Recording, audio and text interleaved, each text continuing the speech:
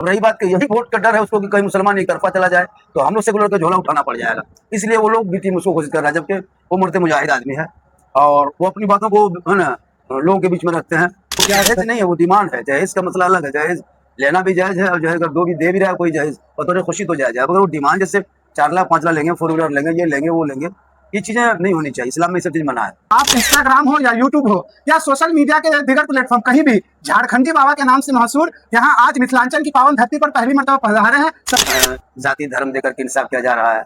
आज अगर हम किसी में मुजरिम साबित होते हैं तो फौरन मेरा घर तोड़ दिया जाता है, बुलडोजर कर दिया जाता है। यही काम कोई दूसरा करता है तो उस पर संज्ञान लिया जाता है। बाद में देशभक्ति के सर्टिफिकेट पर संदेह किया जाता है, जबकि असल देशभक्त भारत के मुसलमान है। इंडिया गेट में आज भी मुसलमानों का नाम सबसे ज्यादा है, लेकिन आज भी एक मामूली झोला छाप नेता हमको देशद्रोही, आतंकवादी कहता है, घुसपैठी कह देता है। अभी आप झारखंड से आते हैं, अभी हाल ही के दिनों में आपने देखा होगा कि झारखंड में किस प्रकार से छात्रों का एक प्रोटेस्ट चल रहा है सरकार के वो तो चलना चाहिए। क्या स्टूडेंट जो है हक लड़ाई लड़ रहा है। अब रही बात के ये लड़ाई वहां भी लड़ी गई थी जंतर मंतर पे भी। आदाब, आप देख रहे हैं 24 डीबीजी। मेरा नाम है मोहम्मद वसीम। इस वक्त हमारे साथ ऐसे शख्सियत मौजूद है जो किसी परिचय के मोहताज नहीं। जी हाँ, आप देख रहे हैं हमारे साथ अभी जो है मौलाना सिद्दीक हुसैन साहब है और उर्फ झारखंडी बाबा। आप इंस्टाग्राम हो या यूट्यूब हो या सोशल मीडिया के दीगर प्लेटफॉर्म कहीं भी झारखंडी बाबा के नाम से मशहूर यहाँ आज मिथिलांचल की पावन धरती पर पहली मर्तबा पधारे हैं। सबसे पहले तो आपका बहुत बहुत शुक्रिया है मिथिलांचल की धरती पर। क्या कुछ कहिएगा, दरभंगा आपका आगमन हुआ है और क्या कई मरतबा आना हुआ, लेकिन मिथिलांचल में भी कुछ दिन पहले आए थे, उसके बाद आज फिर इधर आना हुआ। प्रोग्राम होते रहता है, पूरे हिंदुस्तान घूमते रहते हैं। अब रही बात कि यहाँ आने का मकसद है कि प्रोग्राम होगा, स्टेज पे कुछ बातें होगी, तकरीरें होगी, तो कौम के लिए हम पैगाम दिया जाएगा। खासकर हमारे समाज के बच्चों को शिक्षा से जोड़ना है। तालीम से हम लोग दूर होते जा रहे हैं। परसों 15 अगस्त है, उसके विषय में उसके मौजूद पर बच्चों को गुफ्तगू कराना है, चर्चा करना है। जंग आज़ादी में हम मुसलमानों का जो योगदान हिस्सा लिए, आज उसको निभापोती किया जा रहा है। उसको भी जानना होगा कि हमारे पुरखों ने जो जिन नाम और लोग हैं उन लोगों का नाम सामने लाना होगा। आज़ादी के मौके पे जो हम लोग स्वतंत्रता दिवस जो मनाते हैं, उस पर हमारे बड़े बड़े अकाबीर जो जिसने बड़े बड़े उलमा ने जो इस पे चर्चा की, क्योंकि उसका भी नाम आना चाहिए। लेकिन ये चीज़ों को बहुत ज़रूरी हम लोगों को जानकारी करना। और क्या कुछ कहिएगा खास करके आपने शिक्षा को लेकर के लोगों में और खास करके अपने कौम को लेकर कौम के जो हालात है वो बदला जा सकता है। आज हमारी हालात बदतर से बदतर होते जा रही है। हमारे बच्चे पलायन कर रहे हैं, राज्य छोड़ के दूसरे राज्यों में जा रहे हैं। वजह क्या है कि कोई तो सरकारी व्यवस्था सही नहीं है। अपना भी आपको तालीम अगर आप हासिल करेंगे, पढ़ाई लिखाई करेंगे तो ऑटोमेटिक है क्या कुछ चीज़ की वो आप हासिल कर सकते हैं। आज जो गांजा, चरस, भांग, शराब की तरफ कुछ लड़के लोग बढ़ते जा रहे हैं, क्योंकि तालीम नहीं, बेरोजगारी है, शिक्षा नहीं है, तो उसकी वजह से वो लोग नशे की तरफ बढ़ते जा रहे हैं। उस पर भी लगाम कसनी है। शादी ब्याह के मौके पे जो हम फजूल खर्ची में बहुत ज़्यादा पैसा बर्बाद कर देते हैं, है ना, इन चीज़ों पर भी आपको रोकथाम करना है। इसके लिए ज़मीन पे काम करना होगा। स्टेज पे बोल देना आसान है, लेकिन हम लोग तो बोल के निकल जाते हैं। अब उसको आवाम उसको अगर नहीं लेगी दिमाग में, तो फिर ये बोलना ना बोलना बेकार है। खास करके अभी आपने शादी का जिक्र किया, तो अपने कौम में भी अब जो जहेज है उसको लेकर लोग काफी वो हो गया। जहेज नहीं है, वो डिमांड है। जहेज का मसला अलग है। जहेज लेना भी जायज है और जहेज अगर दे भी रहा है कोई जहेज बतौर खुशी तो जायज है। अब अगर वो डिमांड जैसे 4 लाख 5 लाख लेंगे, 4 व्हीलर लेंगे, ये लेंगे वो लेंगे, ये चीजें नहीं होनी चाहिए। इस्लाम में ये सब चीज मना है। ये रिश्वत है और रिश्वत हराम है।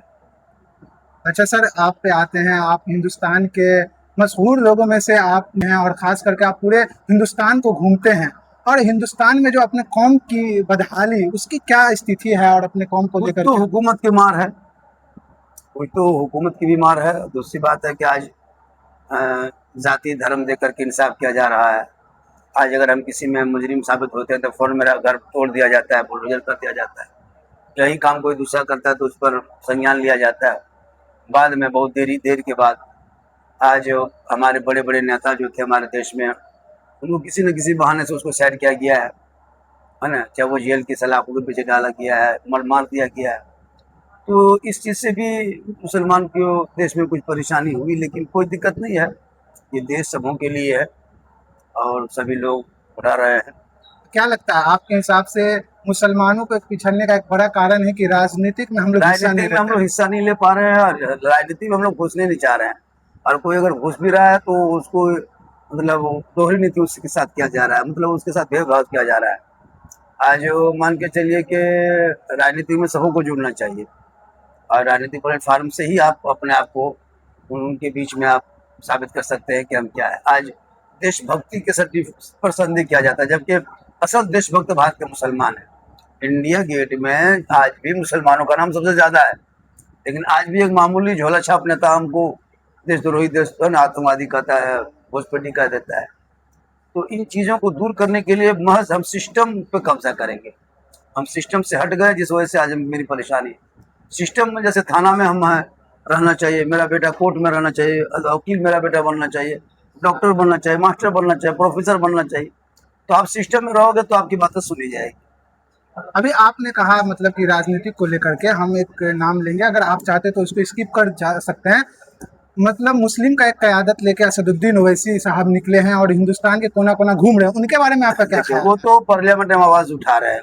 बात तो अच्छी है कि मुसलमानों की आवाज़ उठाते हैं, बात करते हैं, लेकिन बात रही कि सिर्फ एक पार्टी से आप हुकूमत की कुर्सी नहीं हासिल कर सकते। उनके लिए सभी को लेना होगा, हिंदू मुस्लिम सिख ईसाई सब, सभी जाति धर्म को लेके लोगों को चलना होगा। वो तो बहुत अच्छे हैं, वो पार्टी भी, लेकिन उसकी पार्टी के नाम की वजह से कुछ गैर मुस्लिम जो है जो उनमें आने में कतरा रहे हैं। अच्छा, उनके पास जो बीजेपी का बी टीम का धब्बा लगा हुआ है, उन पे आरोप लगता है, ये उसको सेकुलर कैसे पार्टी देखते हैं? की कहना है, ये सेकुलर पार्टी लोग कहते हैं, इसलिए कि सेकुलर पार्टी इसलिए कहते हैं कि उसकी दुकानें बंद होने लगती है। मान के चलिए बहुत सारे सेकुलर पार्टियां हैं जो मुसलमान आज तक वोट देते आ रहा है। आज मुसलमान कौन, किस मुसलमान को वोट दिया? जब भी मुसलमान दिया तो गैर मुस्लिम को दिया है, चाहे वो सपा से रहे, कांग्रेस से रहे, भाजपा से, जदयू से में रहे, चाहे वो आम आदमी तृणमूल कांग्रेस में रहे, चाहे वो आम आदमी पार्टी में रहे। जब भी मुसलमानों ने वोट दिया तो गैर मुस्लिम को दिया है, अपनों को तो वोट दिया नहीं मुसलमानों ने। अब रही बात कि यही वोट का डर है उसको कि कहीं मुसलमान एक तरफा चला जाए तो हम लोग सेकुलर का झोला उठाना पड़ जाएगा, इसलिए वो लोग भी टीम उसको घोषित कर रहा है, जबकि वो मरते मुजाहिद आदमी है और वो अपनी बातों को है ना लोगों के बीच में रखते हैं। अब रही बात के लोग उसको इसलिए कर रहे हैं कि हम तो, उसके बाद भी बहुत सारी पार्टियां छोटी छोटी आती है, उनको क्यों नहीं बी टीम कहा जाता है? जबकि वो जीतने के बाद बीजेपी में चले जाते हैं। कांग्रेस का नेता बीजेपी में गया, आरजेडी का नेता बीजेपी में गया, जेडीयू का नेता बीजेपी में गया, आम आदमी के पार्टी का नेता बीजेपी में गया है। लेकिन अब तो है कि नहीं, सब बीजेपी में जा रहे हैं, लेकिन इनकी पार्टी के नेता कहाँ कोई जा रहा है बीजेपी में? लेकिन बीजेपी को बी टीम क्यों कहा जा रहा है? जबकि बी टीम असल में वो लोग है, जितने सेकुलर पार्टियां, वो लोग जीतने के बाद छलांग मार देते हैं। अभी बंगाल का देख लीजिए स्थिति, और भी बिहार का देखिए, तो ये हाल है। लेकिन उसको कहने का मकसद ये है कि मुसलमानों को इससे दूर करना चाहता है, ताकि मेरा वोट जो बरकरार रहे, वोट बैंक का जो मेरा जिंदा रहे, बस मकसद यही है। अच्छा, अभी आप झारखंड से आते हैं, अभी हाल ही के दिनों में आपने देखा होगा कि झारखंड में किस प्रकार से छात्रों का एक प्रोटेस्ट चल रहा है सरकार के वो तो के प्रति नाराजगी है। चलना उस पे चाहिए, क्या स्टूडेंट जो है हक की लड़ाई लड़ रहा है। अब रही बात के ये लड़ाई वहाँ भी लड़ी गई थी जंतर मंतर पे भी, उस टाइम में और भी जो सत्ता में बैठे हुए हुकूमत की तरफ से जो नेता लीडर था तो लोग कुछ नहीं बोलता था।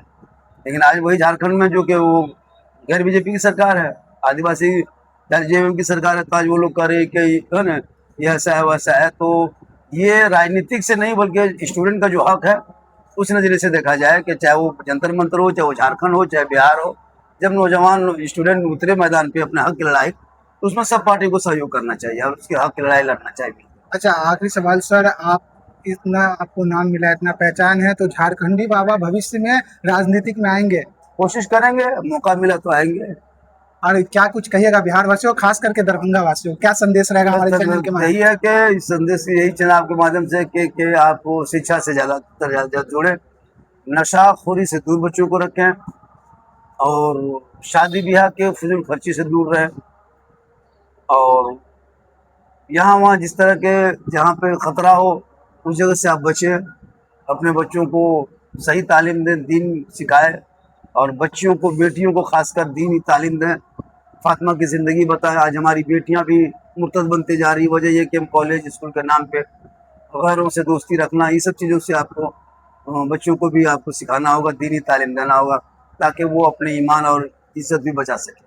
सोशल मीडिया चलाते होंगे, सोशल मीडिया पर आपका मजाकिया अंदाज जो वायरल होता है उनको आप देखते हैं, कैसा लगता है? वो नहीं, वो तो कटिंग कटिंग करके थोड़ी थोड़ी बातों को दिया जाता है, पूरी बात वो सुन नहीं पाते हैं ना। वो अपने चैनल को आगे बढ़ाने के लिए, सब्सक्राइब आगे बढ़ाने के लिए वो ऐसा करता है, लेकिन ऐसी कोई बात मेरी नहीं होती है। जो लोग उस बात पे वो कॉमेडी नाम दे देता है। कभी देखे कि नहीं, जैसे आपका सबसे ज्यादा वायरल ले बाजार दे बाजार ये सब देखते हैं, मुझसे कोई ये नहीं होता, चूंकि हम ही बोले हैं तो फिर हम देख करके फिर चुप हो जाते हैं कि चलो।